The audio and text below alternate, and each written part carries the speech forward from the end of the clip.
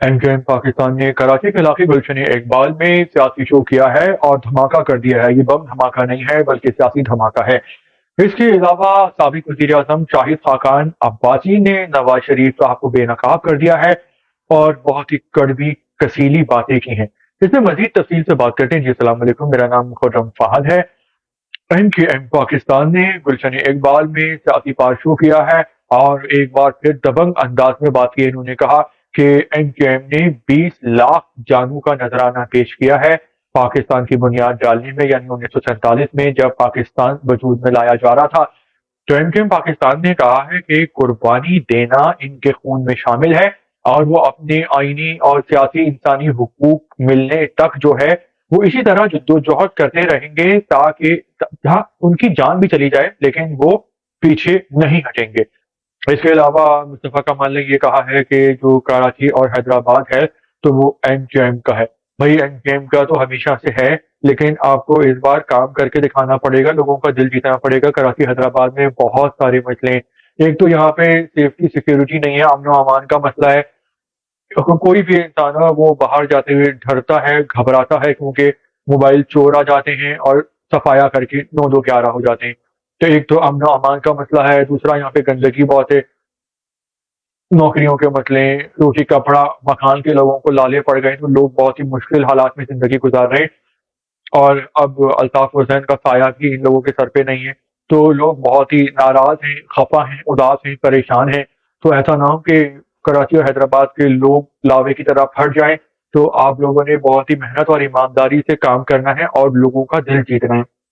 اس کے علاوہ مسلم لیگ نون کے سابق وزیر اعظم ہیں شاہد خاقان عباسی، تو انہوں نے نواز شریف صاحب کا پوسٹ مارٹم کر دیا ہے۔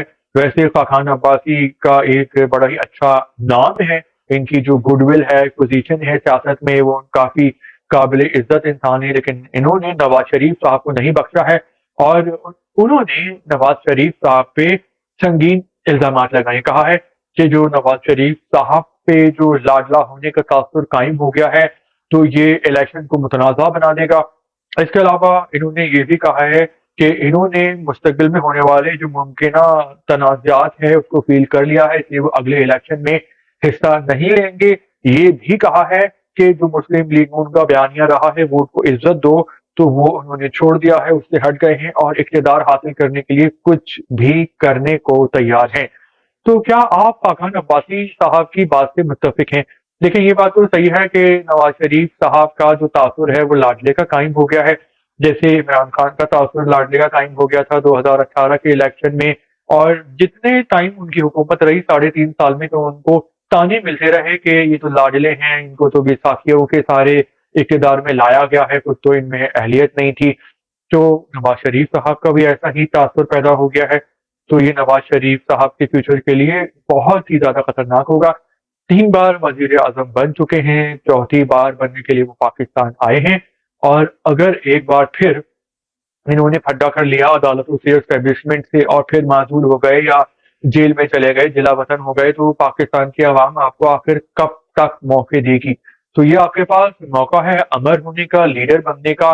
آئیں، عدالتوں سے پنگا نہ لیں، اسٹیبلشمنٹ سے پھڈا نہ کریں، صرف پاکستان کی فلاح و بہبود کے لیے کام کریں اچھے بچوں کی طرح، اور ہسٹری میں اپنا نام جو ہے وہ امر کروا لیں، انمٹ نقوش سے، سنہرے الفاظ سے لکھوا لیں، ورنہ ہسٹری میں بہت برے الفاظ میں لکھا جائے گا کہ 4 بار یہ وزیر اعظم بنے لیکن پاکستان کی عوام کا جو ہے وہ حشر نشر خراب ہو گیا۔ اس کے علاوہ خاقان عباسی صاحب نے یہ کہا ہے کہ انہوں نے دیکھ لیا ہے فیوچر میں تنازعات پیدا ہونے والے ہیں، اس لیے وہ اگلے الیکشن میں حصہ نہیں لیں گے۔ ٹھیک ہے، آپ کی مرضی ہے۔ اور انہوں نے کہا ہے کہ ان کا مریم نواز سے کوئی پھڈا نہیں ہے، کوئی لڑائی نہیں ہے، خیر عمروں میں اتنا ڈفرینس ہے تو پھڈا ہونا بھی نہیں چاہیے، وہ تو ان کے بچوں کے برابر ہیں۔ انہوں نے یہ بھی الزام لگایا ہے کہ نواز شریف کا بیانیہ رہا ہے ووٹ کو عزت دو، لیکن اب وہ اقتدار حاصل کرنے کے لیے اپنے بیانیے سے ہٹ گئے۔